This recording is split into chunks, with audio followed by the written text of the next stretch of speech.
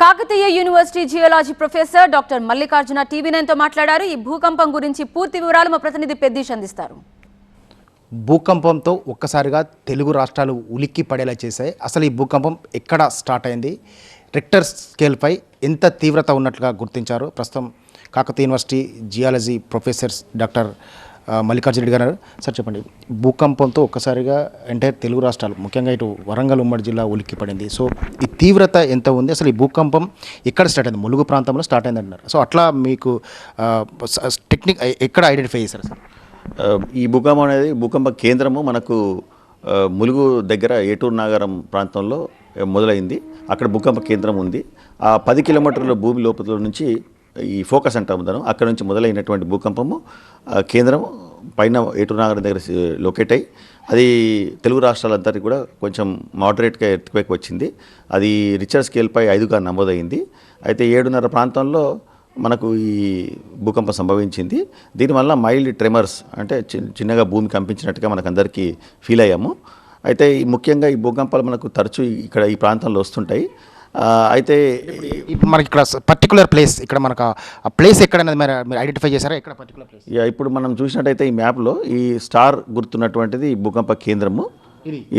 ఇది మీరు చూసినట్టయితే ములుగు దగ్గర నుంచి మనం ఏటూరు నాగరం వెళ్తుంటే ఏటూరు నాగరం దగ్గర మీకు ఉంది.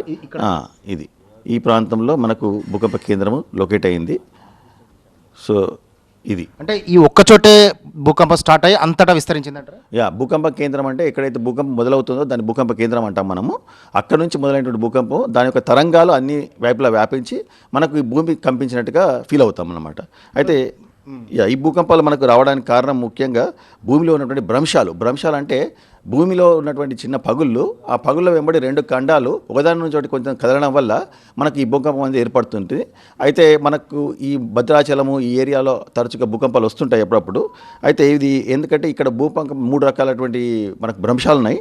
అందులో భద్రాచలం కిన్నెరసాని గోదావరి భ్రంశం ఒకటి, తర్వాత గోదావరి వ్యాలీ భ్రంశం ఒకటి, తర్వాత కొల్లేరు భ్రంశం ఒకటి. ఈ 3 భ్రంశాల వల్ల మనకు ఈ ఏరియాలో తరచుగా భూకంపాలు వస్తుంటాయి. మీరు 2018లో కూడా మన భద్రాచలం ఏరియాలో భూకంపం వచ్చింది. ఆ తర్వాత ఇప్పుడు మనకు భూకంపం ఇక్కడ వచ్చింది. సో ఇదంతా కూడా ఆ భ్రంశం వెంబడే జరుగుతున్న చిన్న స్థానచలనం వల్ల మనకు ఈ భూమి అనేది అక్కడ బాగా ఒత్తిడికి గురవుతుంటుంది. కాబట్టి సడన్గా ఆ ఒత్తిడి రిలీజ్ అవ్వడం వల్ల మన తరంగాల వల్లే ఈ భూమి అంతా వ్యాపించి మనకు భూకంపం అనేది ఏర్పడుతుంది అనమాట. సో ప్రస్తుతము 10 కిలోమీటర్ల లోతులో ఏటూరు నాగరం ప్రాంతంలో అది ఫోకస్ అంటాం మనం. దాని ఎగ్జాక్ట్లీ పైన భూకంప కేంద్రం అంటాము. అక్కడ మొదలైనటువంటి భూకంపం మనందరికీ మనము ఇక్కడ తెలుగు రాష్ట్రాల్లో వ్యాపించింది. సో అక్కడ మనకు ఈ పరిసర ప్రాంతాలు అంటే గోదావరి పరివాహక ప్రాంతాల్లో ఇది జరిగిందనేది పర్టికులర్గా మీరు చెప్తున్నట్టు అర్థమవుతుంది. పక్కనే రీసెంట్గా మేడారం అడవుల్లో కూడా ఒక స్క్వాల్ మాస్ ఫార్మేషన్ అని పెద్ద ఒక ప్రళయం సంభవించింది. సో ఈ భూకంపానికి ఆ ప్రళయానికి ఏమైనా సంబంధం ఉందా? అక్కడే ఈ రకమైన ప్రళయం సంభవించడానికి కారణం? ఈ భూకంపానికి ఆ ప్రళయానికి ఎలాంటి సంబంధం లేదు. అది భూమి పైన సంభవించినటువంటి పరిణామాలు, అది గాలి వల్ల దానివల్ల వచ్చినటువంటి పరిణామం అది.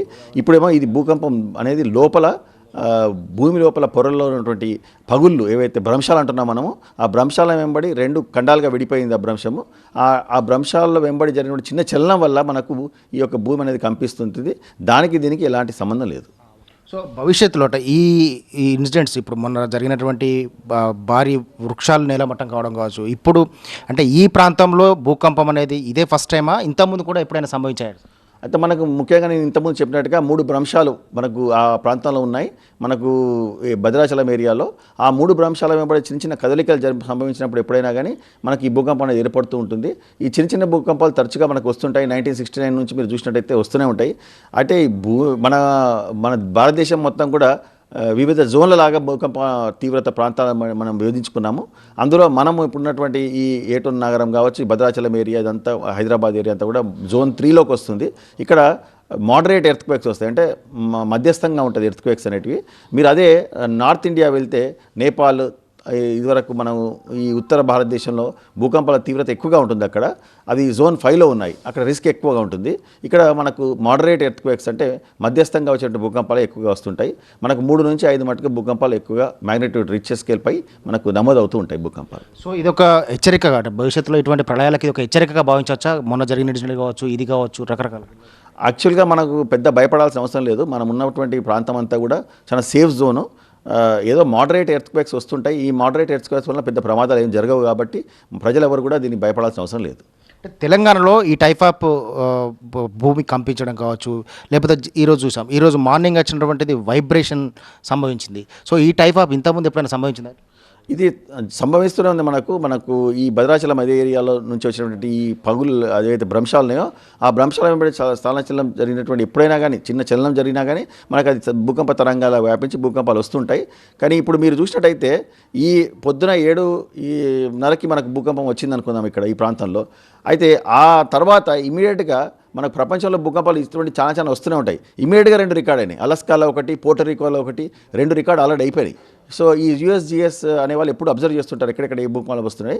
దాని ప్రకారం మీరు చూసినట్టయితే 7:30 నుంచి ఇప్పటికీ ఆల్రెడీ 2 వచ్చినాయి. అంటే ఒక రోజుకి ఎన్నో భూకంపాలు వస్తుంటాయి, చిన్న చిన్న భూకంపాలు. వాటి గురించి మనం పెద్దగా భయపడాల్సిన అవసరం లేదు. Zone 5లో Zone 4లో ఉన్నటువంటి వాళ్ళు, భారతదేశంలో ఉన్నటువంటి వాళ్ళు కొంచెం అక్కడ ఈ భూకంపాలు ఎక్కువ ప్రమాదం, అంటే దానివల్ల ఆస్తి నష్టం, ప్రాణ నష్టం జరిగే ఆస్కారం ఉంటుంది. మన ప్రాంతంలో అటువంటి ప్రమాదం ఎప్పుడు జరగదు మోస్ట్లీ, ఎందుకంటే మనకు Zone 3లో ఉన్నాము. ఇది మోడరేట్ ఎర్త్క్వేక్, స్వల్పంగా కంపిస్తుంది ఇక్కడ భూమి, మధ్యస్థంగా ఉంటుంది కాబట్టి మనకు పెద్ద ప్రమాదాలు ఉండవు. సో అక్కడ మనకు ఇప్పుడు ఈ భూగర్భ అంటే ఇక్కడ ఎక్కడైతే గోదావరి పరివాహక ప్రాంతం ఉందో, భూపాలపల్లి కావచ్చు, ములుగు జిల్లాలు కావచ్చు, ఇటువంటి ప్రాంతాల్లో ఎక్కువగా కోల్ మైన్స్ ఉన్నటువంటి ఏరియా. సో ఈ కోల్ తవ్వకాల వల్ల కావచ్చు, వీటి వల్ల ఏమైనా ఇట్లాంటి భూకంపాలు సంభవించే అవకాశం ఉందా? యాక్చువల్గా మైనింగ్కి, గని తవ్వకాలకి, ఈ భూకంపాలకు ఎలాంటి సంబంధం ఉండదు. ఎందుకంటే ఈ అంతా మనం చాలా పైన ఉపరితలంలో 300 మీటర్లు, 500 మీటర్లు, 600 మీటర్ల వరకే మనం బొగ్గు గనులు దవ్వుతుంటాం. సో ఇది భూకంపాలు అనేది ఇప్పుడు 10 కిలోమీటర్ల లోతు నుంచి వచ్చింది వాళ్ళ భూకంపం. సో దీనికి ఎలాంటి రిలేషన్ ఉండదు. సో భూకంపాలు అనేటివి సంభవిస్తూనే ఉంటాయి. మైనింగ్ కార్యక్రమాలు జరుగుతూనే ఉంటాయి. దీనికి ఎలాంటి రిలేషన్ ఉండదు. దానివల్ల దీని ప్రభావం ఏమి ఉండదు. సో ఇది మొత్తం మీద అయితే ఎవరు ఆందోళన చెందాల్సిన అవసరం అయితే లేదని చెప్పి ప్రొఫెసర్ చెప్తున్నారు. ఇక్కడ నేను ఎక్స్ప్లెయిన్ చేస్తాను చూడండి. ఇది ఇక్కడ ఎర్త్ అంటే ఇక్కడ స్టార్ కనిపిస్తుంది. ఇక్కడ ఏటూరు నాగారం పరిసర ప్రాంతాల్లో ఏర్పాటు చేసినటువంటి ఇటువంటి భూకంపాలను గుర్తించేటువంటి కేంద్రం ఇక్కడ ఈ భూకంపం అనేది గుర్తించినటువంటిది ఇక్కడ స్టార్ కనిపిస్తుంది. ఈ పక్కన కనిపిస్తుందంతా ఈ బ్లూ కలర్ లేయర్ అంతా కూడా గోదావరి, అంటే పైన మంగపేట, ఏటూరు నాగారం, ఇదంతా ఖమ్మం వరకు విస్తరించినటువంటి ప్రాంతం ఈ గోదావరి పరివాహక ప్రాంతం. ఇక్కడ కనిపిస్తుంది ఇది మేడారం, అంటే ఇక్కడ భూకంపం సంభవించింది రీసెంట్గా ఈ మేడారం పరిసర ప్రాంతాల్లోనే. అప్పుడు స్క్వాల్ మాస్ ఫార్మేషన్ అని దాని తర్వాత గుర్తించారు.